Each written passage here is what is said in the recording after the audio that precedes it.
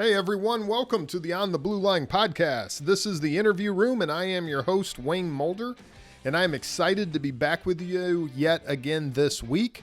I don't know about you, but I have been enjoying this season of the interview room. And you're like, well, of course you are, because you're the one that's doing the talking. But remember, I get to sit down with these people first, and I get to have these conversations, and I have thoroughly enjoyed each and every guest, all of them that I've been able to sit down with throughout this journey with On the Blue Line. But these last four guests, I really am excited about not only the conversations we've had so far, but the conversations that are coming up in this season. And I hope that you are enjoying them as well. So this week is no different. Please make sure this is the interview room. The other podcast that comes out weekly is called Morning Roll Call. That's 10 to 15 minutes, sometimes 30, of me and you sitting down and having a chat. So make sure you check those out. They typically come out on Monday right now. Like I mentioned last week, there's going to be some changes with that and hopefully more often, but one thing at a time. So who is my guest this week? This was a fascinating and much needed conversation, and it had nothing to do with law enforcement.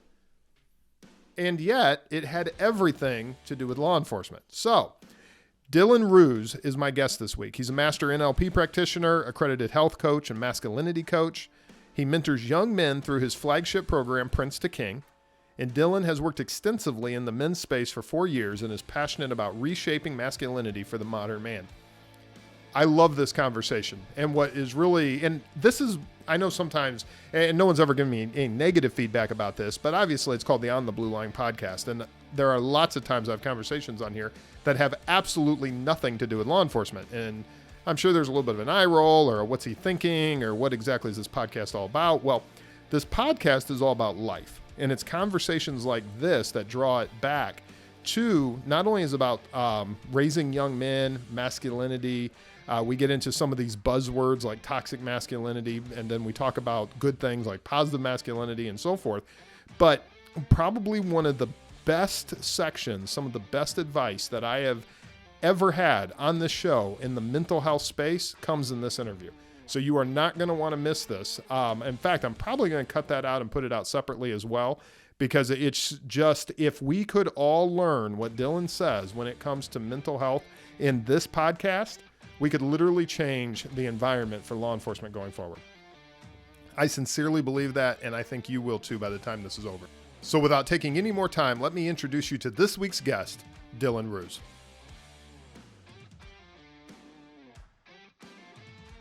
Well, Dylan, welcome to the show. Thank you, Wayne. Excited to be here, mate. Well, thank you. I am excited to have you. I'm glad we were able to connect. I think we connected through Podmatch, and I'm definitely looking forward to having this conversation. The things that you are doing for young men, it's awesome. Thank you, man. I appreciate it. Well, let's start as I always do. I like to ask these little break the ice questions, or these get to know you type questions. So coffee or tea for you, Dylan? Coffee. I'm a coffie man. I love it. Two a day at the moment. I'm finding that this answer always comes in spurts, because in the last two episodes I had, they were both iced tea drinkers. And then now today, they're both coffee drinkers. So yeah, welcome to the group. Massive. Never drank coffee growing up. And then as soon as I went to university or college, bang, something about getting to college. I was just like, I need coffee now. Yeah. Well, for me, neither of my parents drank coffee, but when I was a teenager, I would spend some of my summers on Fort Campbell, Kentucky with an uncle of mine. Okay. And there at that military base, you started drinking coffee. In fact, you started drinking strong coffee. The crunchier, the better. Yeah, I'm sure. So that definitely I'm a latte man. I like to have a bit of milk. Nothing wrong with that. So do you have a favorite place to have that drink of coffee, Dylan? Well, I grew up in Sydney, Australia, and then I lived in Melbourne for about 5-6 years. And Melbourne has the best coffee. It's like incredible coffee. So I used to work as a barista for 3-4 years. So I'm a massive coffee snob.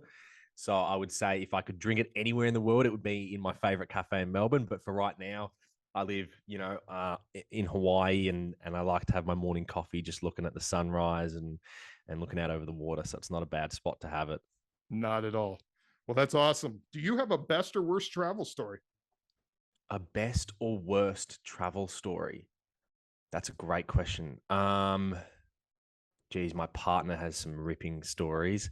I would say I'll go down the best route, and my mind is searching for I've been to Africa a couple times, and one of the most amazing things I've actually seen a cheetah hunt down across like the plains of Africa, like bolt and get a an impala, a baby impala. That was incredible. And then the other one was two lionesses hunting and killing a baby warthog like 10, 20 feet away from our car. So like we could hear the little squeals, we could hear the crunching of the bones, and it was like incredible. So I would say that's probably my best travel story. Wow. That Mm. that is a pretty intense travel Yeah, story. That's awesome. yeah, yeah. Love it over there, and it's a beautiful country. But the wildlife and the stuff we were able to see was just very fortunate. Oh, I'm sure. So let me ask you last of these questions. What is your favorite fitness or leisure activity? I would say going to the gym, my favorite fitness activity. Um, Growing up, I played sport at a pretty high level in Australia, and so the sport that I played required me to be really, really fit, like cardiovascularly fit. And so I hate running now. My dad drilled running into me growing up What like sport was this. that?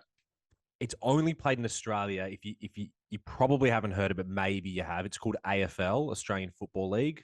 I Googled it. So I happen to know only because we were going to have this interview and I looked it Okay, up, but yeah. it did appear to be only an Australian It thing. is only in Australia. The closest sport to it's actually played in Ireland, where it's called Gaelic football. But if you YouTube AFL explained, they put it out for Americans because it was starting to gain a bit of popularity. So it's like a 10-minute video and it explains the game perfectly. But basically running, I'm gonna do the basically running like 9 miles a game. I think would be if you're playing in the midfield. So I had to be really fit growing up. So there were times when my dad, like I was 12, 13, 14, I'm crying on a run, just like, I don't want to do, I want to be on the PlayStation or something. And dad, so I don't run at all now. I'm like, fuck that, get me into the gym. I love it. Yeah, Yeah. I'm with you. And same. I played basketball and then soccer, and soccer was the Mm, closest thing to, like you said. I mean, basketball was kind of nice because it was short.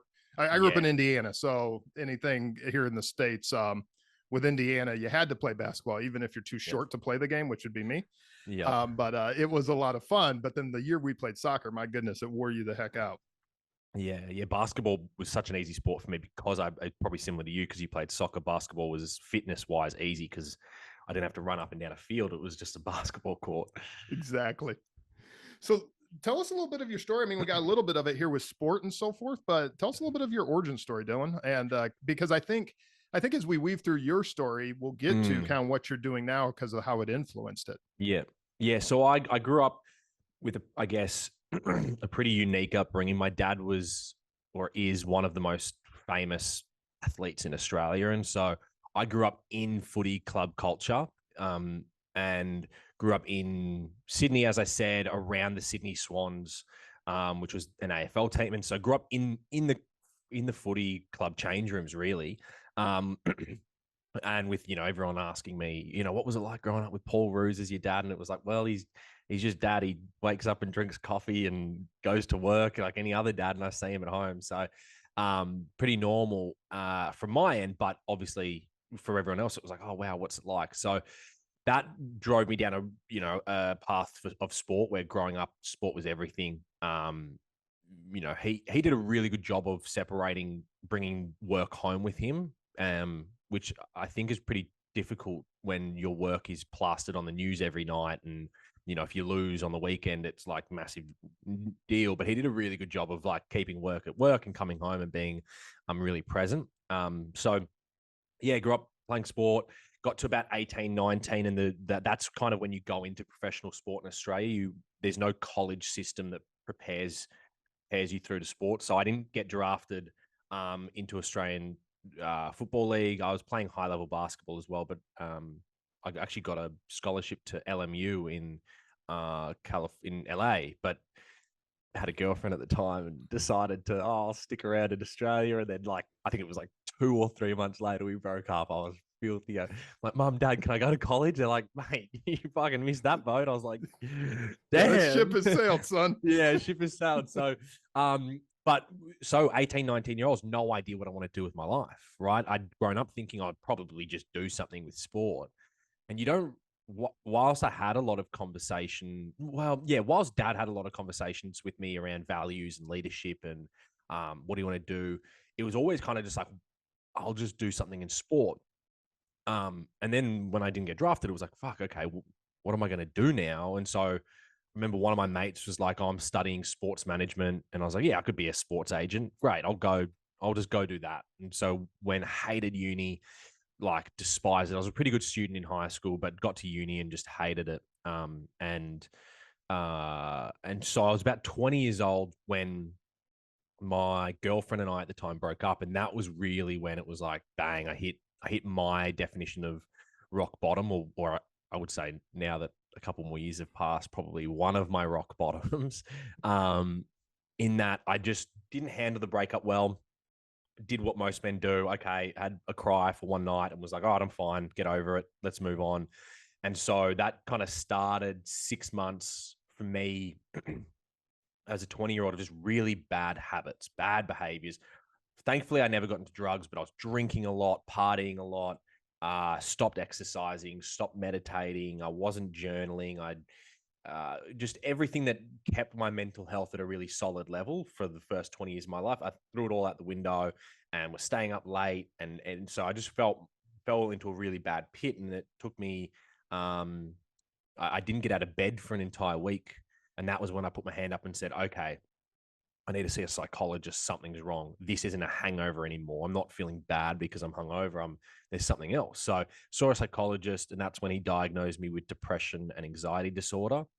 And that really was a pivotal, probably one of the most pivotal moments in my life, because it was like, okay, I remember walking out of there going, fuck, all right, this is good. I'm now aware of a problem. Like, I'm aware that something's going on and I can start to find solutions. I was really big on not letting it define me. I was like, I'm not going to go down the medication route. I'm going to figure it out. Like, I was aware that I was here for a reason because I'd spent 6 months not taking care of myself. So no wonder I was depressed and anxious, right? But the second piece, which a lot of men, I think, experience as well, is that shame around, what the fuck do I have to be sad about? Like, what do I have to be depressed about? What do I have to be anxious about? Really, like, and just a lot of shame. And that was a long process to uncover that. And I remember telling my parents, and they've come a long way, but they didn't take it very well. They, like, this is back in 2015, and we've come a long way. Just in 7 years, we've come a long way in this conversation. But it was just, it was a really difficult time for me in my life and navigating that.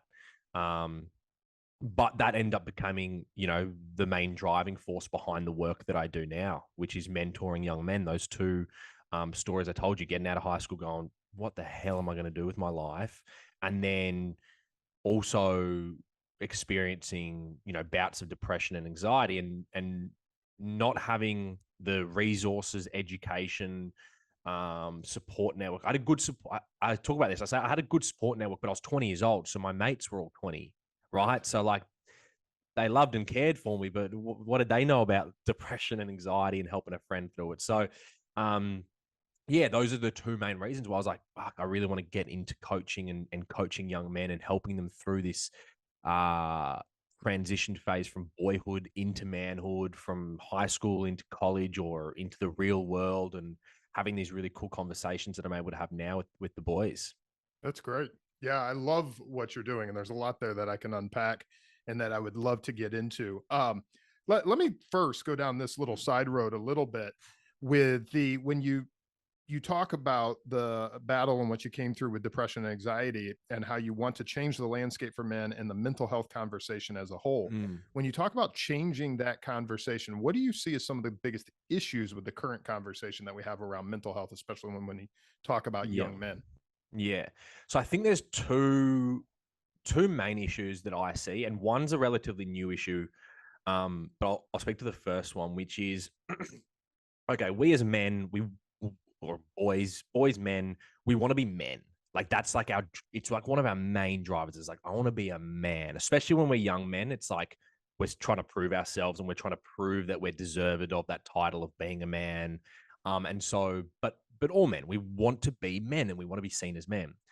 And so the reason that men have a difficulty opening up, and I speak as men, as myself included, why I had a difficulty opening up was the conversation is, I want to be a man, and any insult that we throw at each other, right? It's like, you're gay, you're a pussy, you're a fag, you throw like a girl, all these things, right, are attacks at our manhood, right? You got a tiny dick, like all these things. They're attacks on our manhood because we want to be men. So vulnerability falls into that category of, well, vulnerability means that I'm weak, and to be weak means to be not a man. And so that's why we don't step into vulnerabilities, because we think, well, it's what women do, or it's a weakness and I need to be strong. I need to be a man. And so that's why we don't do it.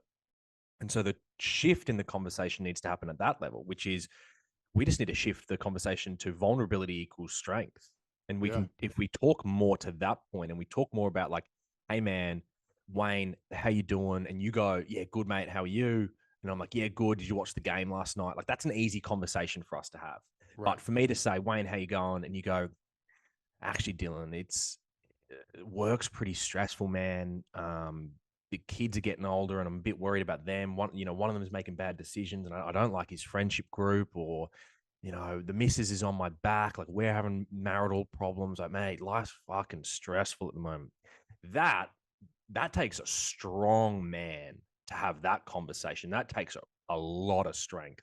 And so when you shift that conversation, all of a sudden we then want to lean into vulnerability, because we say, oh, I'm being a fucking man right now. I am. And I like changing. I'm manning up now. And by manning up, I'm actually leaning into vulnerability and talking about what is going on in my life, because those are really difficult conversations to have. And the reason we don't is because they're difficult, and because of what I mentioned, vulnerability equals weakness, weakness equals I'm not a man. And so we shy away from these conversations.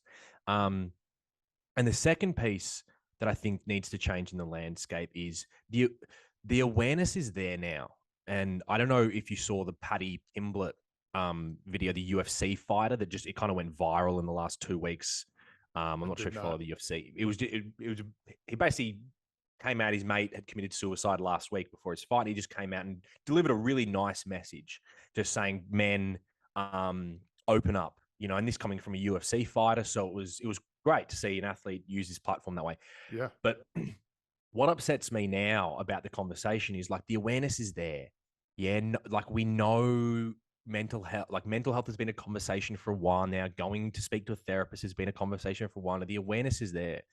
And what I'm noticing now is we have this fake vulnerability, which is, okay, cool. So I used the UFC video as an example, because then everyone was posting it, right? It went everywhere. So everyone was posting it. Everyone was like, reach out, talk. But it's become a conversation of like, everyone else talk about your stuff.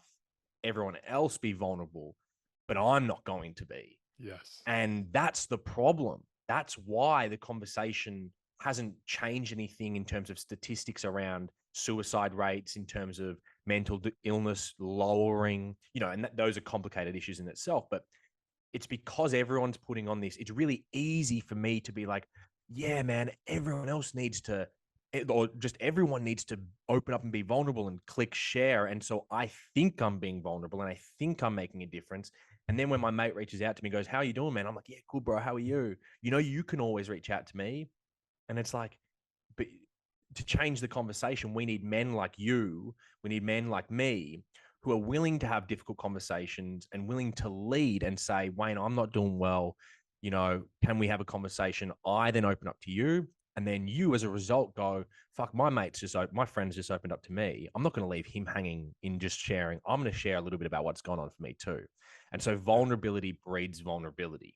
And so we don't need more awareness now. We just need more people walking their talk, like actually have difficult conversations, actually do it yourself. Don't look at like, oh, I'm good. No. Like monks are good, right? Like very few people are good. Everyone's dealing their own shit, sometimes small, sometimes big. Like, just talk about it. And one thing that I shifted as well was I realized I would only talk to one of my friends about my stuff. So it would be like, fuck, I need to give Harry a call and I'm struggling a bit. So I'd give Harry a buzz and, hey, mate, rah, rah, rah. And then I'd feel better. And then my other mate would give me a call and go, how you doing, man? I'm like, yeah, good, good. So I then realized, fuck, I'm only opening up to one friend. And so we have a great connection. Yeah. But now I'm starting to stunt my connections with my other friends, and we're not getting that deep relationship, and they're not able to be there for me, which is one of the best gifts. Like, how good does it feel to be there for a friend? There's almost nothing better is to be there for a mate and go, fuck, I'm here for you, and help them through something. And so I started having the same conversation multiple times purely because I wanted to walk my talk of like, okay, I'm having it over here, but I'm also having it here and here and here, even if I'm already feeling better. And I'll just revisit the conversation I'll have because I want them to know, hey, I'm opening up to you. You can come and open up to me. Wow. That we could say nothing else in this entire podcast and we could just leave it right there, Dylan, but we're not going to do that. But I know the focus of this and the focus of your work is young men, and we're going to get into what you're doing. However, what you just said applies, and I hope anyone listening to this podcast goes back and you either listen to that, or if you were tuning it out, you go back and listen to it again. What you just said there, Dylan, applies so strongly to the law enforcement community because it's a community of alpha males, alpha females, people that don't need help. And yet we talk about this stigma in law enforcement. In fact, there's all these little hashtags, stop the stigma, in the stigma around law enforcement suicide. I personally know two officers in just the last 3 years that have taken their own life. So it's a huge issue, and we talk about this, but when we talk about it, people like me and others in the that are kind of on the fringes of the mental health conversation, if you would, this is something where I have to look in the mirror. And I just had this, I was just thinking about this the other day when we talk about social, because it's funny when you asked about the UFC thing, I can take the social out of social media. I'm in my early 40s, so that's something that is just not natural for me, but I'm trying to get better at it.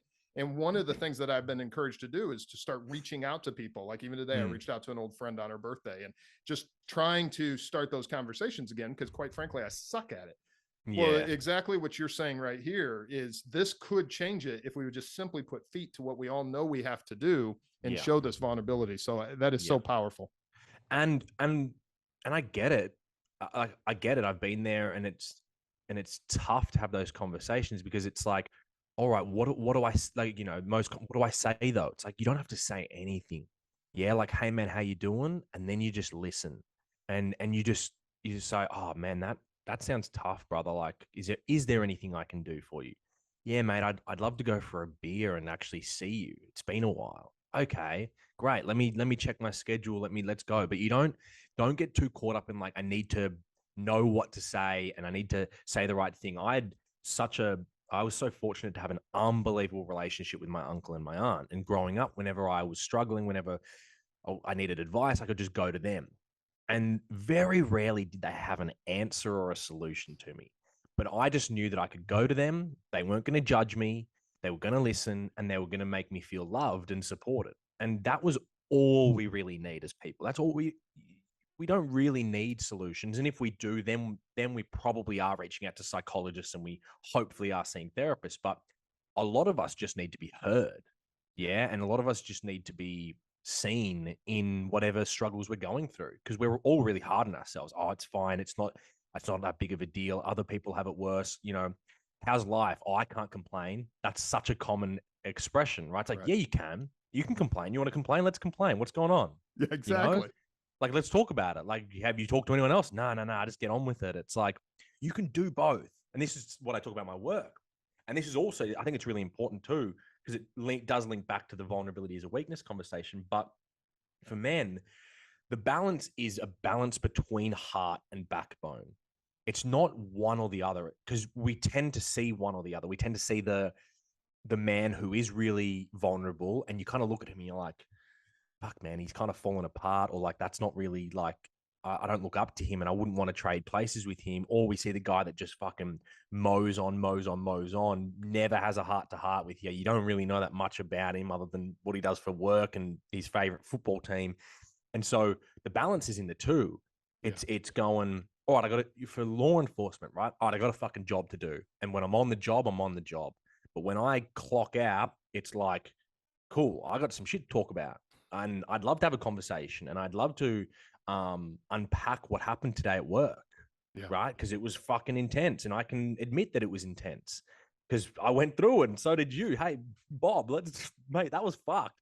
And I think also having some humor and having fun with it too. Like, it doesn't need to be this. It's good to do the deep healing work, like fucking oath. It's good and necessary. But if you're just starting out, you've got no idea, like go and have a beer and be like, man, that was an intense day at work. Did you see what happened? Like, dude, yeah, man, I haven't slept in a couple of days actually. And like, it's tough, dude, mate. Me too, bro. I haven't been sleeping either. And then you can unpack it and it can be a little bit light and fun. And then as you get better at it, then it becomes more like a healing conversation, more Yeah. of a let's really talk about this and unpack it. I was going to get to this question later, but you kind of opened the door for it. How Mm. important, in your opinion, how important is it when we talk about young men and we talk about men in general? And how important is community to that conversation? How important is them plugging in? Because, and I guess the preface to that is we're in a time where we've never been more connected, and yet we've never been more alone. And we've just Mm. come out of a couple of years of being alone. You and I were talking about that offline. So how important is this idea of community when we talk about young men as well as older men? Yeah. I mean, there's very little that's more important, right? Like, we've evolved in communities, in tribes, and so we all have this deep emotional, physical, psychological, spiritual need to belong, right? We all need to belong to something. And we know that loneliness actually precedes depression. So a good sign of you will eventually develop depression is like, how connected are you? And the average American has 0.9 close friends. So the average American has 0 friends, Wow. basically. And it's, as you said, coming out of the last 2 years, it was one of the hardest things for those states and those countries that did hard lockdowns. I was in Melbourne. I couldn't go further than 2 miles from my house, and I couldn't see anyone else from any other household. So Wow. the only people I could see were the people I live with, which thankfully for me was my girlfriend at the time and my mum and dad. So I had a little bit of that. But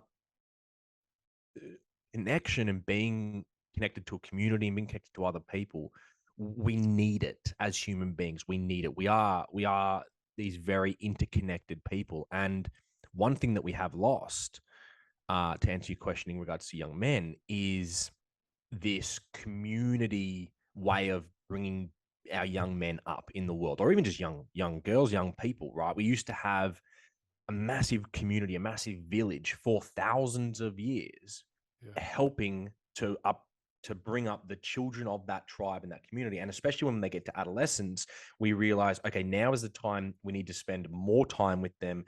We need to get in their faces more, and we need to take them from boyhood. We need to take them through a rites of initiation. And then after that, they are now men. And we don't have any rites of initiation now. And we're paying the price massively, because now we've got a couple generations of uninitiated men trying to initiate their boys without any initiation processes. And so that's where I see, like, I try to focus a lot on positive masculinity um and healthy masculinity, and the things that men can do better, hold them accountable to them, but also help them see where we're kind of falling short. And there's so many good things that men are doing in the world. There's so, like, amazing things that men are doing in the world. And that doesn't mean that we are perfect, though. And there's still things that we can look back into the past and say, what can we do better? And what have we lost? And we've lost touch to the community, and we've lost touch to the rites of passage. And we are now paying the price really dearly. And we've got all these modern problems that have very quickly become just normalized, which I even the last 2 years, how normal masks came, like overnight, just not, I don't even want to, like, it's not even where you stand on it, just how normal did it become overnight? Right. And then how normal did mandating vaccines become? Again, I don't want to get into what side of it on, but just it became so normal so quickly. And so when I look at it in terms of our boys, like, oh, they're just teenagers. That's what they're going through. He's in that phase now. And it's like, it's actually only a modern problem, this teenage rift that we've seen in the last 100 years or so. And before that, teenagers were pretty well supported. They were pretty well adapted. It was viewed in a lot of traditional cultures as like a time period where you don't want to spend a lot of time in. You want to, once they hit that level, it's like, okay, how do we bring you now into adulthood and create Right. equal relationships? And now it's really interesting. Like, obviously, this is all my work, but it's just really interesting to witness the contradictions that we have as a society where we want men to grow up, but we want them to stay young. And we're constantly reminding them that they are young and they're not a man. But then they get to 18 and then it's like, you're now a man. And it's like, well, you've just told me for 6 years I wasn't.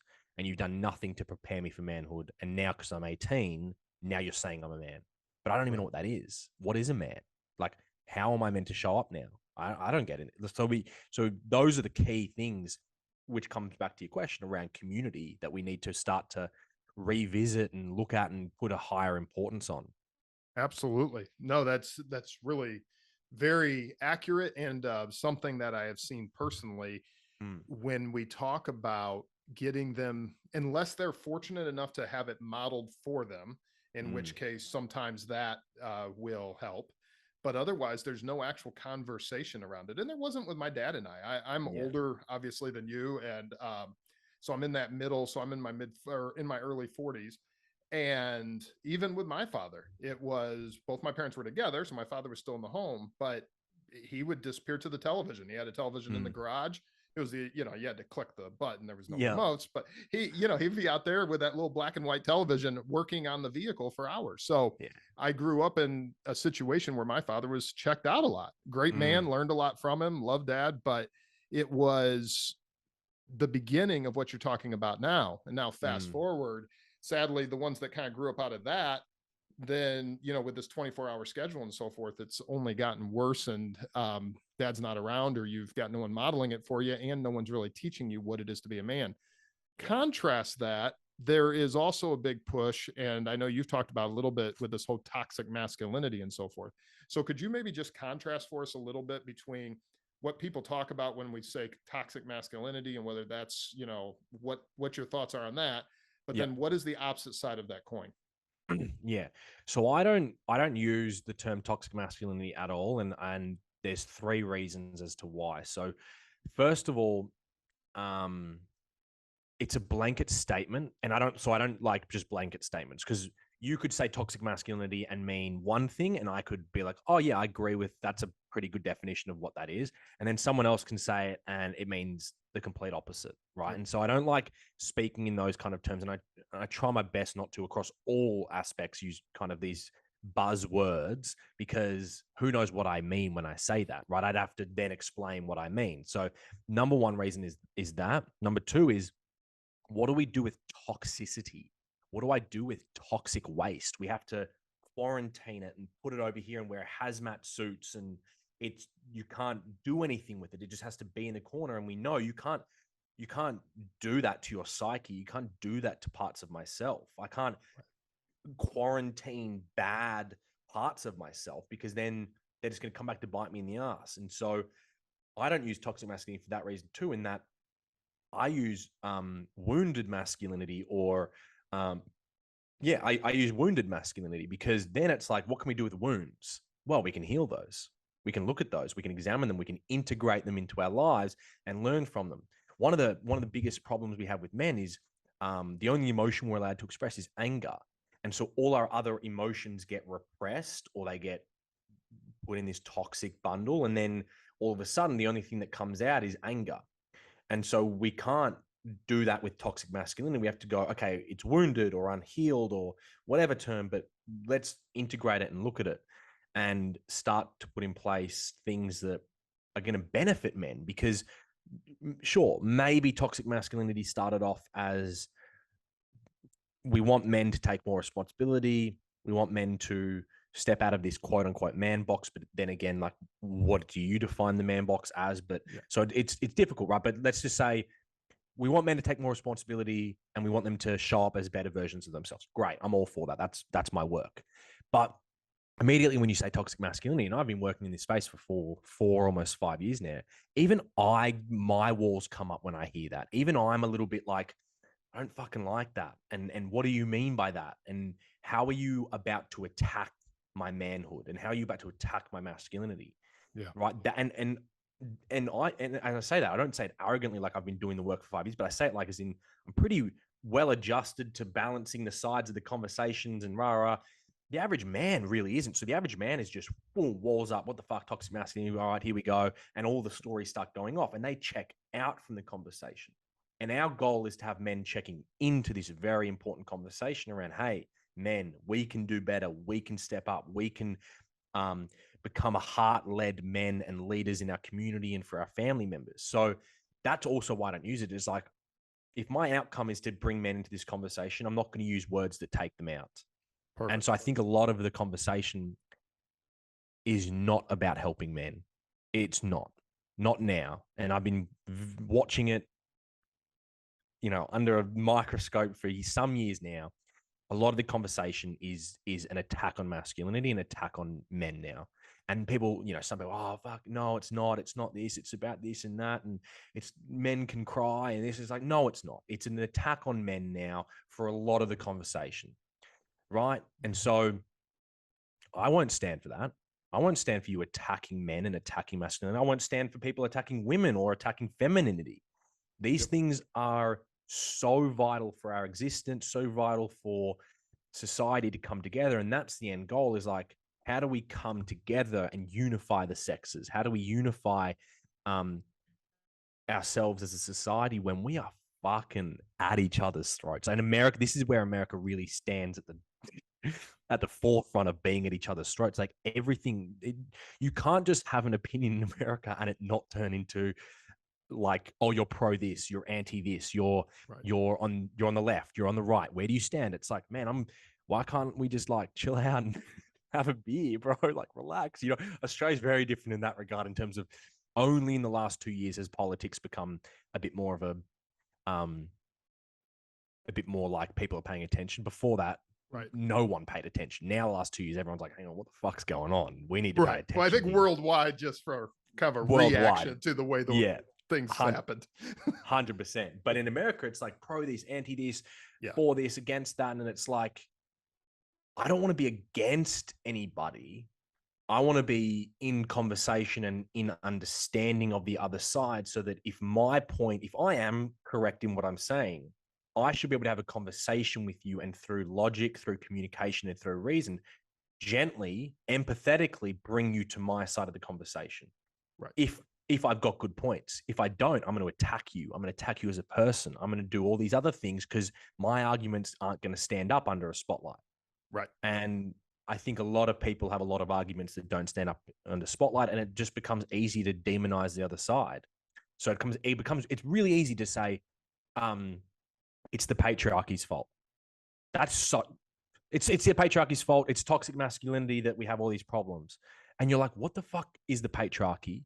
What the fuck is toxic masculinity? What are you talking about? Stop talking out of your ass. You want to help men? Yes. All right, let's help men. You want to help society? Yes. Okay, let's help society. But stop using these fucking words that you just throw around and get retweets and likes and go viral. It's like you're not making any sense and you're not helping the conversation. Yep. Man, that is so accurate on so many points. And you are absolutely right that if you have the way it should be is that we can sit down and have a beer. There may be some things we agree with, things we disagree with. There's things we can agree to disagree on. But that's the way conversation gets pushed forward, no matter what arena we're talking about, from masculinity on. So, no, I think that's important. And I think one of the things I see with people that banter, and one of the reasons I brought it up, is when I hear people banter these things around like toxic masculinity, patriarchy, so forth, a lot of times what they're saying they don't like are the same features of masculine. And I love the way you talk about wounded masculinity. That's kind of a sidebar, but the things that they say they don't like about someone who is masculine are the same basic makeup that makes people run into burning buildings or go drag, the things we 100%. Want a man to do. And that they were made to do, if you would, Yeah. are exactly the same things that then get thrown out. Toxic masculinity is the reason you and I aren't speaking German right now. Right. Yep. Simple as that. Like I get really emotional and upset by this because the fucking arrogance we have as a society in today's world, and the way we do complain about these little things, and it's so frustrating, because it's like, you don't understand how difficult life has been up until the modern world, right? Like, up until the last 100 years, life was so fucking hard. Like, the poverty rate has risen significantly. The poverty line, sorry, has risen significantly. Our way of living has risen significantly. Men were dying like in their 40s only 100 years ago. Women weren't living that long. Like, life was shit. It was shit. We fought. Look at the 20th century. 20th century was horrible. 2 world wars, then more wars on top of that, closer to the 21st century. It's like, life wasn't good in the past. And you want to look back in the past and just go, wow, look at how shit it was. And look at this and look at that. And it's like, yeah, man, there was some things that we weren't doing well culturally and societally, but let's look at how great we've moved society in the right direction. And let's look at the great things. The only, like, I was thinking about this as a day, like with war. Women had to step up so much with war because all the men left, and all the women then had to go into the workforce and take care of the families. Like, they fucking stepped up too. Yeah. So what do you mean that it really bugs me, because it's like, men went, fought and died for our freedoms. And because my generation hasn't seen horrible wars and hasn't seen world wars, they don't understand that. And they don't get the sacrifice, and they don't, I don't even get it, right? I'm talking about it, but I don't even understand it. Yeah. And so I get upset when there's that, yeah, real scrutiny of these things that, as you said, you put it really well. It's like, you love it in other areas. Like, you love it over here. You just something bad happened to you over here, or you've got some sort of trauma or a bad story running in your mind, and so you want to make these buzzwords, your beck and call. I just, yeah, it gets me up and about. I love it. No, it's powerful stuff, Dylan. I really enjoyed this conversation. So let me kind of segue. We've kind of talked about the age differences and so forth, and even some generational things. So what are some of the things that you're seeing that young men are struggling with today? And I'm asking this question kind of from the context of, as we talked about, that we have a lot of fathers that are listening to this. So Yes. young men that are coming up, this next generation, as well as maybe what those a little younger than me have gone through. Yeah. So this is not to downplay mother's role or women's role again, but the most important role in a man's life is the father, or a father figure. It's so fucking important, right? And we know that because the number one contributing factor to long-term criminality, delinquency, antisocial behavior is fatherlessness. And we look at society as a whole and we say, the fatherlessness rates in America and worldwide are so high now. And I was reading in a book. I wanted to grab the statistic before I jumped on, but I forgot to. It's something like there's a third of young boys now growing up without any men in their lives, because you look at the education system is dominated by women. So they're going to school. They don't have any male teachers either. Yeah. And so men are struggling as a whole with this lack of male leadership and male role modeling that they look to and go, oh, that's the kind of man I want to be. And so they're really struggling with stepping into manhood. And I don't know if you're familiar with the term, the Peter Pan syndrome. But the Peter Pan syndrome is the man child. It's the man child, right? It's the kid that doesn't want to grow up. He looks out into the world and says, I don't want to take on responsibility. That's really what young men are struggling with now, is because they look out, and we as a society are the fattest we've ever been. Our suicide rates are at an all-time high. Our mental illness rates are at an all-time high. Divorce rates are at an all-time high. Job satisfaction is at an all-time low.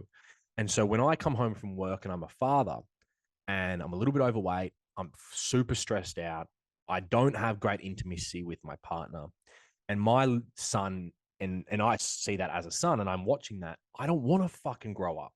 That's what I'm growing up into. Is that no? I don't want that. I don't want to be miserable working a job I hate, stressed out, worried about my worried about my finances, in a relationship where I don't love it, like I don't have any intimacy. I don't want any of that. And so, as a society, we're doing a really poor job of role modeling adulthood to our young people. And so they don't want to grow up. Yeah. And who can blame them? Who can blame them? So, the role of the father in being like, get your house in order and get your stuff together. You don't have to be Arnold fucking Schwarzenegger, and you don't have to be skipping into the house every night, right? Because this is the balance of the heart and the backbone piece. Again, it's like you need to use some balance. Like sometimes it's okay to come home stressed out, but how can you regulate yourself in the car before you come in, right? How can you sit in the car, take 5 minutes to meditate or breathe, leave the stresses in your car, come in, give your wife a massive kiss, like go play with your son, do these things that inspire our young people, our teenagers to want to grow up. Otherwise, they're just going to stay young. I see that it really often in PlayStation or gaming and drinking and anonymous sex and all these things that are so much quote unquote fun and pleasurable, but you do that at 18, 19. Okay, you're 18, 19, no worries. You do it at 22, 23. All right, you're 22, 23. You do that at 30 years old. You're doing that at 40 years old. No one wants to be your mate. No one wants to be your partner.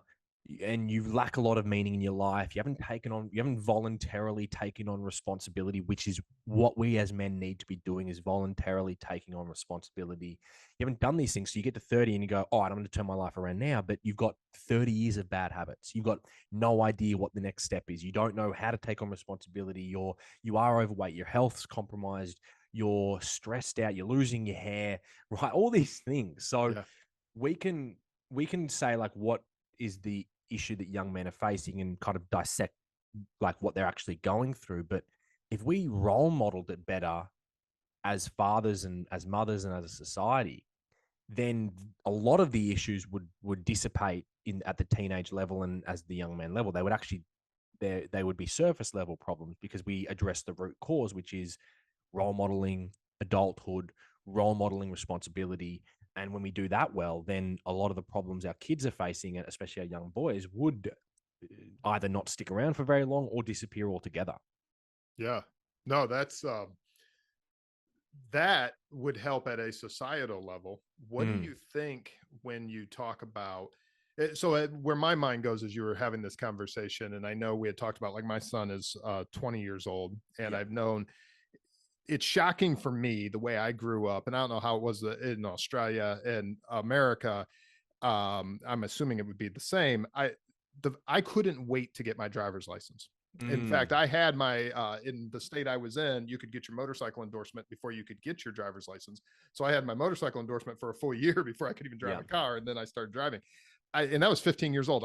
That's the soonest I could get it, and that was pretty much the day I got it. Yeah. I have talked to more and more fathers and more friends around my age who have sons around my son's age. And they're like, well, he doesn't want to drive a vehicle. He doesn't even want to get his driver's license. I've never even seen it. It's shocking to me. Yeah. What do you think is kind of the cause of that? And what kind of advice or what could we suggest to some of these fathers who may be listening? Great question. I'm glad you asked that. We are living in a disease of comfort right now. That is the modern disease of comfort. So again, empathetically put yourself in your son's shoes. In Australia, I was the same. Like, I was, give me my license. Can't fucking wait. 16 years old, you get your learner's permit in Australia, which I think at 15 or 15 and a half, it's in America. It's probably state by state as well over here. But 16 years old permit. So I have to drive with my mum and dad for a year. I have to do 120 hours. And then at 17 years old in New South Wales, I could get my license. And yeah, same thing. I was like, pumped to get it.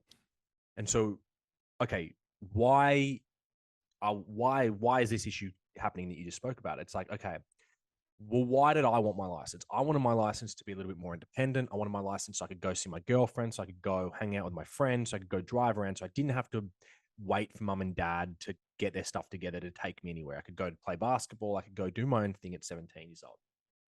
So why do young men not want their independence? Well, look at their lives now, and they're so connected online that I don't need to leave my house to see my friends anymore. So I can just jump on, and this is why their relationships aren't very solid either, is because a lot of it's just built online. So I can jump on PlayStation and play for 3-4 hours a night with my mates and never have to leave my bedroom. Okay, I'm hungry. What can I do? I can order Uber Eats to my door, and I can just walk to my door and get food and walk back to my bedroom. I don't have to leave the house. I don't have to wait for mum to cook me food. I don't have to go out and cook my own food. I can just stay in my room and order food to my house. Okay. All right. I'm getting a little bit older. I want to talk to girls. All right. Two ways now that this is going. One, I can just jump on Tinder or Bumble or fucking any dating app, and I can just swipe, eventually find a girl. She'll come over. I don't have to leave my room for that either now. Whereas when you grew up and when I was young, I had to leave my house and go and develop myself and go and get rejected 100 times before I could figure out, this is how you approach girls and this is what you talk to them. Now I don't have to. I can just say, hey, what's up? Yep. You good? Good. Want to come over? Okay. Oh, cool. Right. And the other option, if that's not happening, is I can just watch porn now. So I don't even have to put in the effort of talking to girls to get the satisfaction of an orgasm. I can just watch porn. And the porn now is so different to when I was growing up. And definitely when you were growing up, you probably had a nudie mag or a magazine, and you had some photos. Now it's like graphic video content that we're watching, and from 13 years on. So, or even 12 years on probably. So there's no desire to be independent because all of my surface level needs are being met. And because I've never had my deeper level needs met, I don't know that it's possible to have those needs met. I don't know that it's actually way better for me to go and hang out with my friends in person.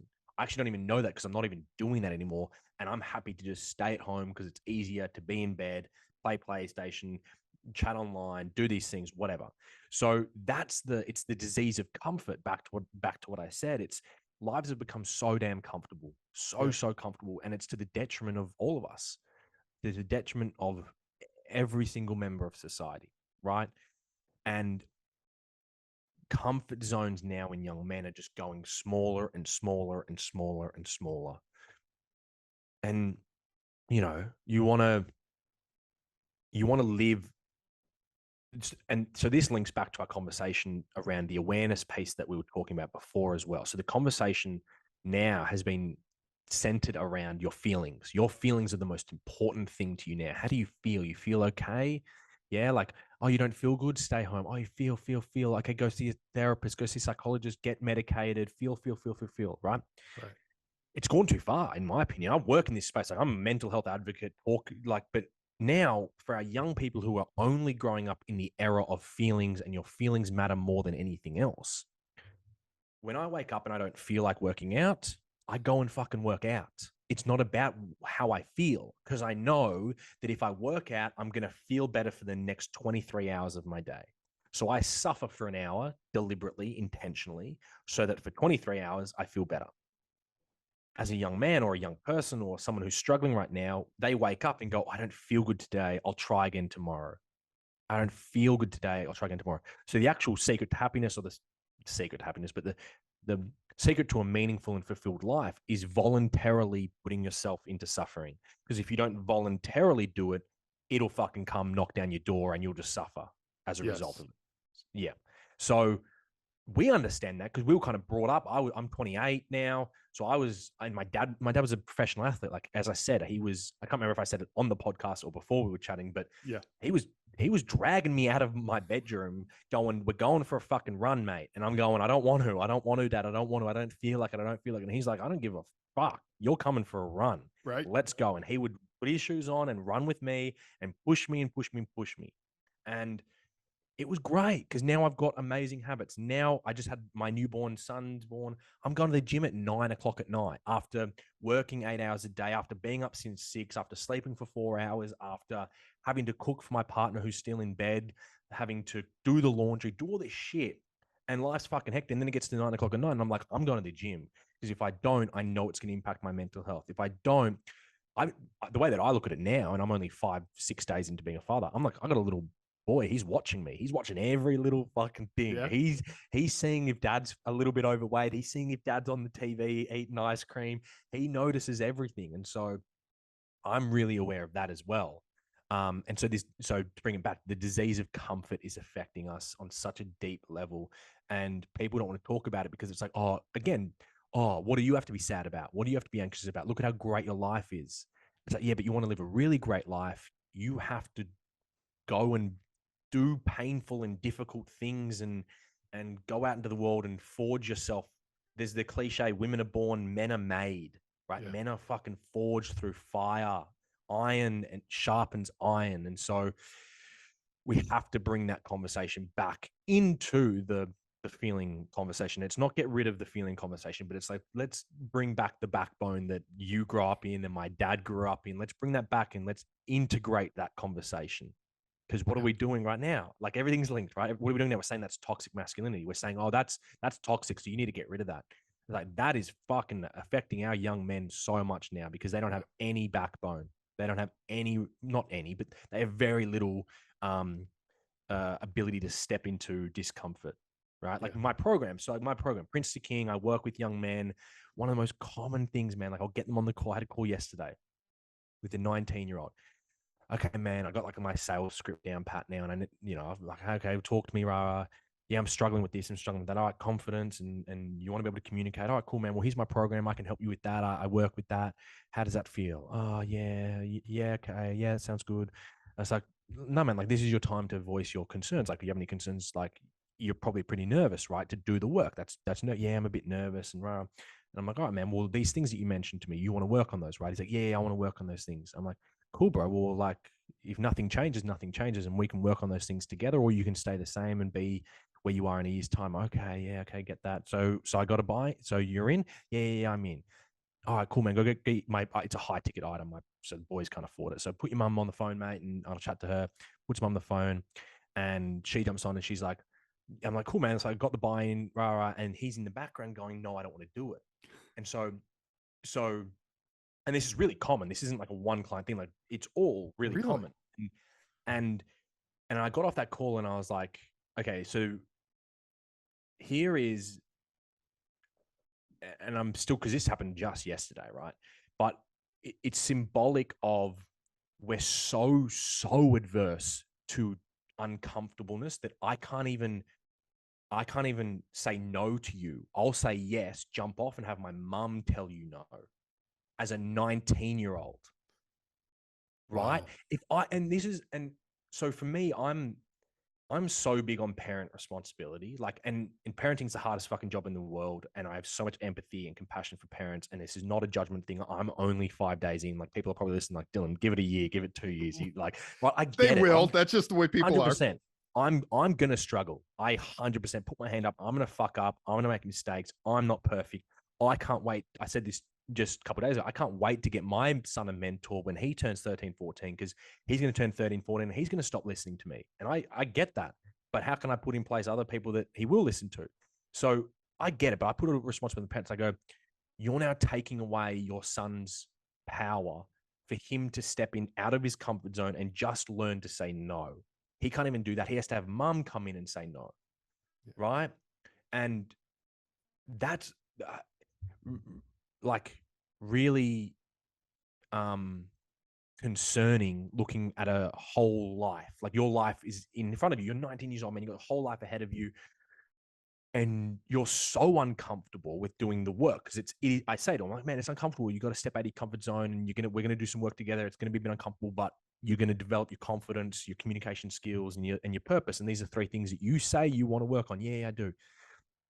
But we're so averse to stepping into uncomfort that we can't even face things we know we need to face, and we can't even just say no to wanting to do that work. We have to get mum to say no. And it was just like, man, young men are struggling worse now than they were 2 years. Like I started this work 2 years ago during COVID. They're worse off now than they were 2 years ago during COVID. They're like, because that's not a one-off. That is common. I reckon I've had 3 or 4 phone calls that went the exact same way. Yeah, man, I'm keen to do the work. Jumps off.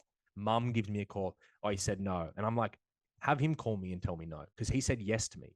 So you have him call me and tell me no. And I'm fine for him to say no, but have him call me. He's an adult. Or do you want him to be an adult? Do you want him? What's he going to do? Have you call up his boss in 5 years' time and say, sweetie is sick this morning? Like, and sometimes they do. Like I've literally spoken to people with law enforcement academies where they pretty much had to make a rule that mom is not allowed to, if something happens at the law enforcement academy and mom shows up to have a conversation about it. And nothing against mom, she may be trying to do the right thing, but you are an adult coming into a profession where you're going to be given a badge and a gun, and we probably need you to be able to make some decisions. 100%. That's incredible, because I dated a couple. I dated a teacher, and she would say that for me, right, growing up, you were probably the same, right? I forget my homework, I forgot to do it. I don't have a phone to text mum and dad. I just didn't have the means to it. So I get to school, where's your homework? Oh, I forgot I didn't do it. All right, you get a detention. Okay, you got to stay after school and finish it. Okay, there's consequences for my action.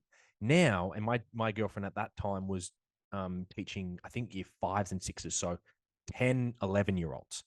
They've got their phone, so they would get to school, fuck, I forgot my homework, text their parents. Mum would either email the teacher and be like, hey, just letting you know, so-and-so forgot his homework, but I'm going to bring it in today, a drop off. Or they would rush into school and hand the homework. And it's like the role of the mother is the sacrificial role of stepping back and saying, no, like, you do now have to take responsibility for your actions. And that's really uncomfortable for mothers. It is. I get that. It's something that as fathers, we probably don't feel an uncomfortableness to that. We're just like, no, you tough shit, you little did it, man, like you did it, right? But it is difficult for mums, and I recognize that, and that's where we're different. Men and women are different, and that's their thing. But that is the role that women need to play, is stepping that back and going, no, mate, you forgot your homework, or you need to call your boss. Like that, I can't believe that happening at a police academy level. I knew it was bad. I knew it was bad, but I didn't know it was that bad. It's bizarre, some of the things we see. It's like, wow. Well, let's quickly, I want to definitely talk about what you're doing. So I want everyone to check out DylanRoosCoaching.com. But tell us a little bit about these coaching programs. We've talked about your why and what kind of led you to doing it. But tell us a little bit about it. It looked like you may even have some different ones as well, like Prince to King, the Brotherhood, Keys to the Kingdom. So I'd love to hear more about it. Yeah. So my flagship program is my Prince to King program. And so that can run in one of two ways. That can run as a one-on-one mentorship, so you get access to the course and one-on-one mentoring along the 10 weeks, or until the young man finishes the course, which usually takes about 12 or 13 weeks, because they're a bit, they put things off.